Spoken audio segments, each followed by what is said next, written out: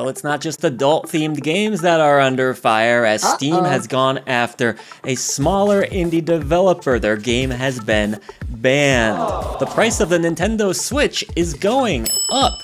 No, I'm not talking about the Nintendo Switch 2. I'm talking about the original Switch. Crazy times. And Atari making a pretty big splash in the indie gaming scene by purchasing a struggling publisher. All of that and more in your Indie Update. Oh, and that's Rookie over there. He likes to sleep a lot. Greetings, Indie Warriors, and welcome to I Dream of Indie Games. My name's Old Gamer Joe here with your Indie Update. Thank you so much for being here. It was a pretty exciting week in the indie gaming scene. You know, Nintendo had a Direct, but really, a lot of the news stories were well before that, at least the ones that were interesting to me. As always, thanks so much for being here at I Dream of Indie Games. Be sure to show your love and support if you so wish over at patreon.com/idreamofindiegames. We have a slew of shows Monday through Saturday now for you to enjoy. They all have a different theme, whether it's the upcoming indie releases on Monday, we have Indie List Tuesdays, we have Ashton's show every Wednesday where she reviews 0 review games on Steam. A lot of you have been greatly enjoying that one. Our podcast Outside of the Echo Chamber every Thursday that gets posted here. You do get it 3 days early over on Patreon, and then Friday, Hidden Indie Gems. And now Saturday, I film this on Fridays, but you have this Indie Update to look forward to as well. So just a ton of content here. If you value what we do, consider checking out the Patreon. There's a link somewhere there. Thank you, as always. Discord access, a lot of cool stuff. So Valve's been under fire recently, if you haven't noticed, with this whole adult-themed game thing that's going on. I'm sure you've heard about it on this channel, if not many other channels at this point. Essentially, just to break this story down real quick for you, adult-themed games have been banned on both Steam and itch.io. Now, it's a little more complicated on Steam. Not every adult-themed game has been pulled, but some of the more risque, nasty ones for sure. On itch, it seems to be far more widespread, though I believe in more recent times they fought to at least get the free games back. That's what I've heard. Ignore the dog. He's gonna do that for a while. Hey puppy, sit down. Long story short, I'm sure you've heard it again at this point, but payment processors want absolutely nothing to do with adult-themed games. And so this leaves Steam and itch in a pretty precarious situation where they could potentially be not allowed to sell anything on their platforms. So not good news there. This is a very different case, however, as Steam has handpicked this particular game to be banned. I don't even think it would necessarily qualify as an adult-themed game. It's not like hardcore you-know-what going on in it or anything. Rather, it's Vile Exhumed, a game that we actually demoed back at PAX East. I had a really good time watching Barely Magic Mike play through some of it. I was excited about this title. This is the game that Valve has decided to ban on their platform. If you're unfamiliar with Vile Exhumed, it follows the story of Candy Corpse, an actress, and you're digging through a computer trying to figure out why she got out of the film industry and the greater mystery behind this whole story. I don't know everything about it, obviously, because the game's not out yet, but the premise was really cool. What I saw of the demo, it was definitely some nasty stuff in there, but nothing that I haven't seen far worse in other games. Again, just the demo, but still. What really seems to have gotten under Valve's skin here is the theme of misogyny, which is a big part of this game, apparently. Now, the real reason they've given is sexual content with depictions of real people.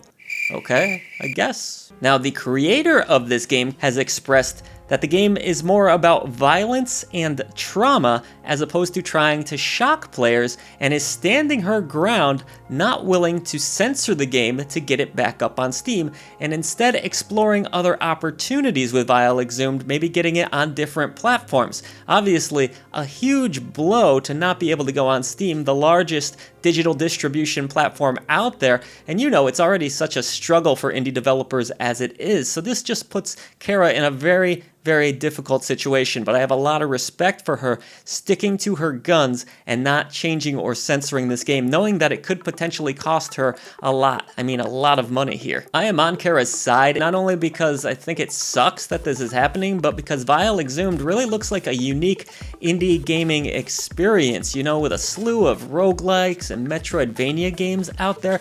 It's refreshing to get something like this. I always enjoy these games where you're kind of hacking into computers and you're figuring things out, you know, back to Her Story and stuff like that. I think it kind of had that vibe, but much deeper and darker. Dread XP is great at horror, so they're the perfect publisher for a title like this. It's just such a shame. Kara, I really hope this works out and that this game does get some sort of distribution beyond Steam and that it catches on. The good news here is that, people are talking about Vial Exhumed now, and I don't know what the buzz was exactly before all of this happened, but hey, that's one positive thing. Hopefully it does propel the game and get more eyes on it at the least. In other news, the eagerly anticipated Battle Racer Break Arts 3. Were you looking forward to playing it on August 8th? Well, disappointment time, folks, because it has been delayed with no new date in sight, unfortunately. PLAYISM has released a statement saying, quote, "We apologize to all players looking forward to the release. We're hard at work making the game as polished as it can be, so we'd kindly like to ask fans to wait just a little bit longer.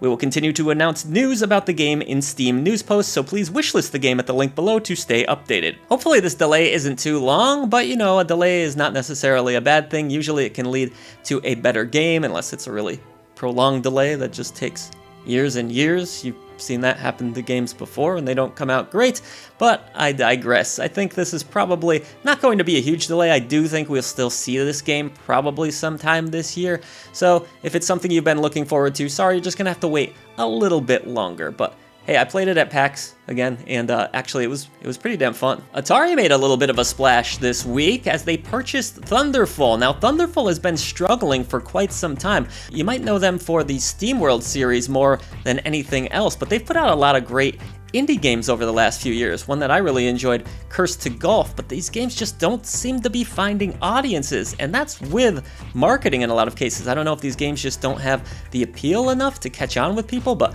I've reviewed a lot of these titles and I think they're great games. But Thunderful did get themselves in a mess, and Atari is swooping in, injecting $5.2 million into the company. Sounds like a lot, right? But when you're running a whole publishing unit, maybe it's not that much money. I mean, I don't know exactly, but it's enough to keep Thunderful afloat for now. Now, it's worth noting that Atari has only purchased, I believe it's around 82% in total, so they don't fully own Thunderful, but it's enough to keep them going. Hopefully this all works out. It does sound like they still could be the victim of layoffs, unfortunately, which we've seen far too often in this industry, but you all know by now that the industry is definitely a big mess right now. So hopefully Thunderful is around for the long haul, and Atari does benefit from this too. And last but not least, the hardware of the Nintendo Switch is going up.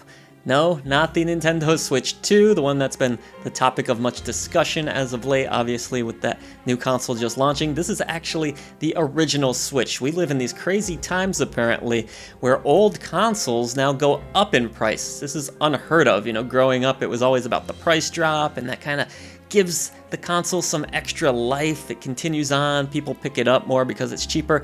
This is almost like a situation where you're better off getting the console at launch in case the price goes up. It's just absurd. But this is actually happening to the original Switch, and it's not just the consoles that are going up. In fact, it's actually a lot of the accessories too. The price of the Nintendo Switch Pro controller will be going from $70 to $80, the Joy-Con $80 to $90, the Switch One base version $300 to $340, and Switch OLED going from $350 to $400. That Switch Lite, not quite as light anymore, $200 to $230. This is a very strange thing to happen. I don't know who's in the market for an original Switch at this point. Apparently they are still selling. A lot of people have told me that anyways. I don't have figures in front of me, but yeah, going up in price. So if you didn't buy an original Switch in the last many years while it's been the same price for seemingly forever, well then you're kind of screwed paying a new higher price, or maybe getting one on the secondhand market, which, hey, let's be honest, there's probably